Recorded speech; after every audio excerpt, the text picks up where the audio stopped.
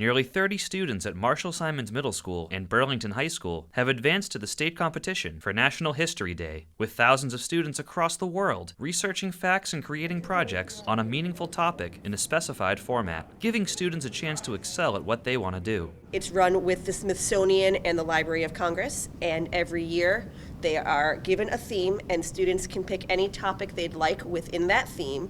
There are 3 different levels of competition: the districts, the states, and then nationals, which is really internationals, and it's an amazing program. So that was the states competition. We went there and some judges at their high school in Winchester, and the judges watched our documentary and then they did a short interview with us. Then they judged us and all the other groups, and we came out with second place for junior group documentary. This year's theme was Debate and Diplomacy in History and Successes, Failures and Consequences.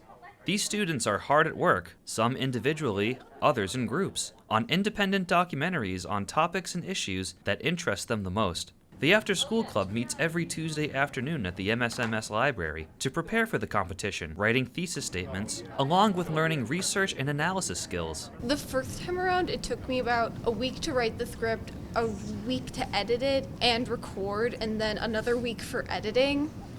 And that's given like a 10-minute script. As the process continued, it took about 2 weeks, one for editing and one for editing the video together. I'm working on an individual documentary about the consequences of anime westernization and how that impacts a show overall. Our documentary is on music censorship in the 1980s and the Parents Music Resource Center. While it usually takes place at the University of Maryland, the competition remains virtual for the year of 2022. And because districts was virtual, here we opened this up as almost a Marshall Simons competition.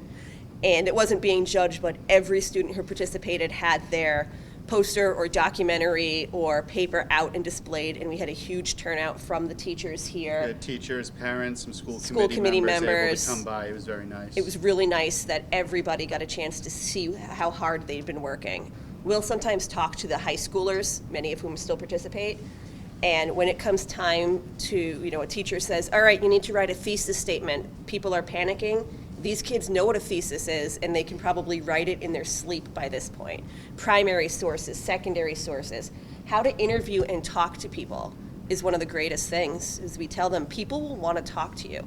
And this year alone, we've heard from well-known musicians, congressional representatives, all kinds of people who want to talk and tell their experiences to these kids. And they come out with just that awareness that people are listening to them and they have a voice.